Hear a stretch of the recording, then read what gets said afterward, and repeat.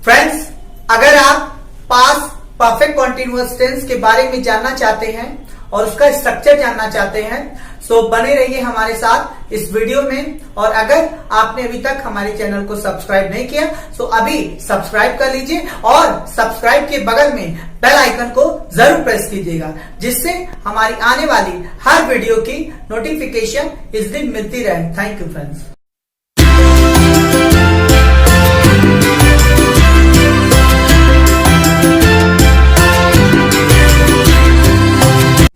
Hi friends, I'm Mahesh. Most welcome to our channel Magic English with Mahi. Friends, आज आपको past perfect continuous tense के बारे में बताएंगे और उसका स्ट्रक्चर बताएंगे कि किस तरह से आप बहुत इजीली उसको लर्न कर सकते हैं और प्रैक्टिस कर सकते हैं। So without wasting time let's get started. Friends, आप देख सकते हैं पास्ट परफेक्ट कॉन्टिन्यूअस टेंस।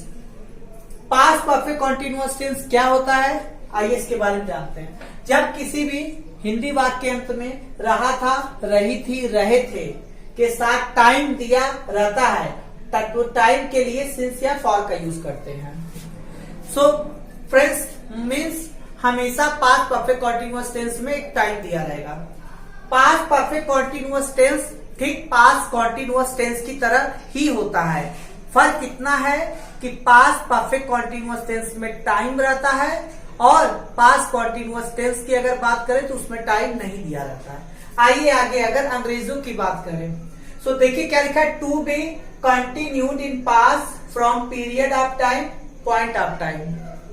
अंग्रेज को हिंदी से नहीं मतलब होता है, वो कैसे समझते हैं कि किसी भी एक निश्चित या अनिश्चित समय से कोई काम पास्ट में चल रहा था, जारी था। किसी भी निश्चित या अनिश्चित समय से कोई काम पास्ट में चल रहा था या जारी था, उसे हम कहेंगे पास्ट परफेक्ट कॉन्टिन्यूअस टेंस। तो निश्चित समय अनिश्चित समय बोला है, इससे पास्ट परफेक्ट कॉन्टिन्यूअस टेंस। आइए नेक्स्ट, ही, शी, इट और सिंगुलर नाउन के साथ हम क्या लगाते हैं, हैड बीन प्लस वर्ब का fourth form. Next, I, you, they, we और प्लूरल नाउन के साथ क्या लगाएंगे, हैड बीन प्लस वर्ब का फोर्थ फॉर्म। फ्रेंड्स, एक सिंपल में आप समझ जाइए कि सिर्फ इतना कि सभी के साथ I, you, they, we, he, she, it और सिंगुलर नाउन प्लूरल नाउन सबके साथ आपको हैड बीन प्लस वर्ब का फोर्थ फॉर्म लगाना है। एक बार फिर बता दें फ्रेंड्स, इसमें सभी सब्जेक्ट के साथ, सभी के साथ हम क्या लगाते हैं, हैड बीन प्लस वर्ब का फोर्थ फॉर्म हेल्पिंग वर्ब। आइए अब फ्रेंड्स देख सकते हैं, सिंस मीन्स से और फॉर का मतलब भी से होता है। सिंस का प्रयोग कब करेंगे, पॉइंट ऑफ टाइम। किसके लिए करेंगे फ्रेंड्स, पॉइंट ऑफ टाइम के लिए, पॉइंट ऑफ टाइम निश्चित समय के लिए। फॉर का प्रयोग कब करेंगे, पीरियड ऑफ टाइम अनिश्चित समय के लिए। अब फ्रेंड्स, सिंस का प्रयोग और फॉर का प्रयोग कहां करना है, कैसे करना है, ये हम ऑलरेडी पहले ही इसके पहले वीडियो लेक्चर में हम बता चुके हैं और उसका हम लिंक इस वीडियो के डिस्क्रिप्शन बॉक्स में दे देंगे। Means present perfect continuous tense में जब हम पढ़ा रहे थे तो उसमें सिंस और फॉर को बहुत अच्छे तरीके से समझाया है। और अगर आप नए हैं तो आप वो प्रेजेंट परफेक्ट कॉन्टिन्यूअस टेंस का वीडियो लेक्चर जरूर से सुन लीजिएगा, पढ़ लीजिएगा, तो उसमें सिंस और फॉर कब लगेगा, कहां लगेगा, वो कंफ्यूजन दूर हो जाएगा। इसलिए हम इसमें सिंस और फॉर का यूज डिटेल में नहीं बताएंगे। आइए आगे नेक्स्ट, अब एग्जाम्पल की तरफ चलते हैं। जैसे हम कहें वह सुबह से इस काम को कर रही थी, तो आपको पता है फ्रेंड्स इसमें एक ही हेल्पिंग वर्ब है, हैड बीन, सभी के साथ, I, you, they, we, he, she, सबके साथ। तो ये अफर्मेटिव सेंटेंस है और ये पास्ट परफेक्ट कॉन्टिन्यूअस टेंस के हुआ। पहली बात की इसमें देखिए टाइम दिया है सुबह से, और दूसरी चीज रहा था, रही थी, हिंदी वाक्य के अंत में आया है। और अगर अंग्रेजों की बात करिए तो देखिए एक समय से शुरू हुआ और पास्ट में कोई काम जारी था, चल रहा था, इसलिए पास्ट परफेक्ट कॉन्टिन्यूअस टेंस। और ये अफर्मेटिव है, तो अफर्मेटिव में आप जानते हैं पहले सब्जेक्ट लगता है। सब्जेक्ट क्या हो गया, शी, फिर हेल्पिंग वर्ब लगा देंगे, हैड बीन लग गया, फिर कर रही, करना वर्ब है, इसका fourth form means ING, doing, और उसके बाद ऑब्जेक्ट दिस वर्क।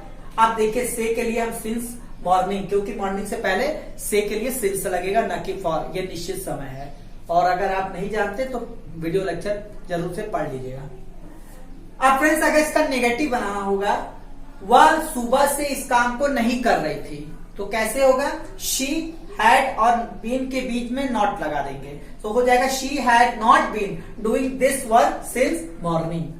फ्रेंड्स अगर इसका इंटेरोगेटिव बनाना होगा, क्या वह सुबह से इस काम को कर रही थी, तो क्या हो जाएगा? पहले helping verb had, a had she, और उसके बाद तब बीन लगाएंगे, तो had she been doing this work since morning.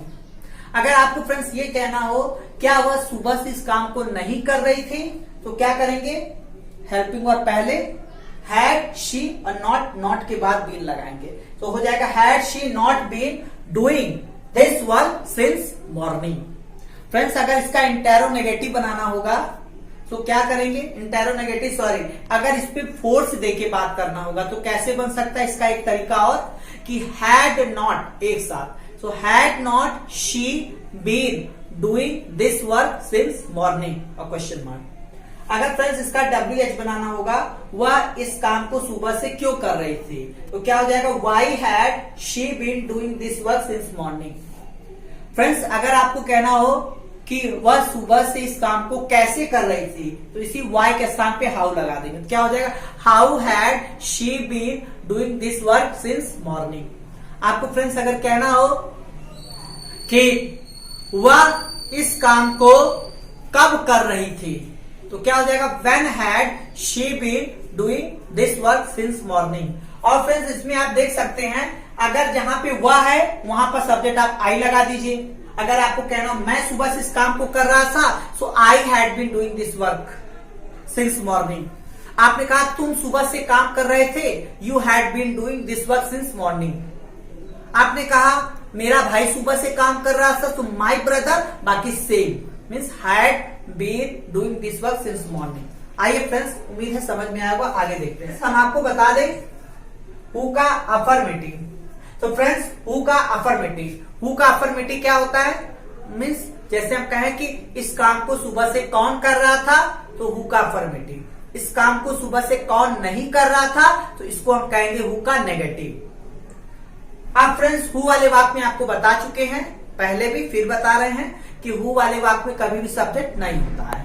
अब जैसे हो गया सुबह से इस काम को कौन कर रहा था, सुबह से इस काम को कौन कर रहा था, सो हु, और हु के बाद क्या लगा देंगे यहाँ पे? हैड और बीन, तो क्या हो जाएगा? Who had been doing this work since morning. इस काम को सुबह से कौन नहीं कर रहा था, क्या होगा? Who had not been doing this work since morning?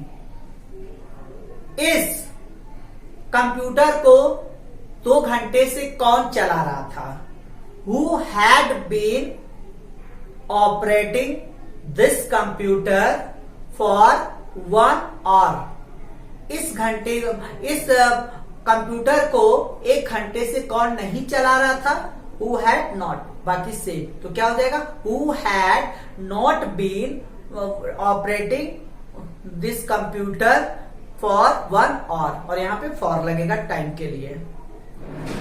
और फ्रेंड्स एक तो एग्जांपल और ले लेते हैं। जैसे मैंने कहा वह 1 घंटे से गा रही थी, तो क्या हो जाएगा? She had been singing for 1 hour। मैं जनवरी से पढ़ा रहा था, I had been teaching since January, यहां पे since लगेगा। हमने कहा मेरा भाई 2010 से नौकरी कर रहा था, क्या हो जाएगा? My brother had been doing job since 2010। So friends, since और far को डिटेल में जानने के लिए आप पिछले वीडियो लेक्चर को जरूर देखें, means present perfect continuous tense वाला वीडियो लेक्चर जरूर देखें, उसमें सिंस और फॉर का कंफ्यूजन दूर हो जाएगा। तो फ्रेंड्स ऐसे बहुत सारे एग्जांपल हो सकते हैं, आप खुद से प्रैक्टिस करिएगा।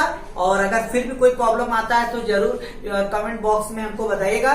सो फ्रेंड्स, आप मुझे इंस्टाग्राम पर भी फॉलो कर सकते हैं मैजिक इंग्लिश विद माही के नाम से। आप मुझे फेसबुक पर भी फॉलो कर सकते हैं मैजिक इंग्लिश विद माही के नाम से। और मुझे ब्लॉग पर भी फॉलो कर सकते हैं मैजिक इंग्लिश विद माही के नाम से। तो फ्रेंड्स, थैंक यू।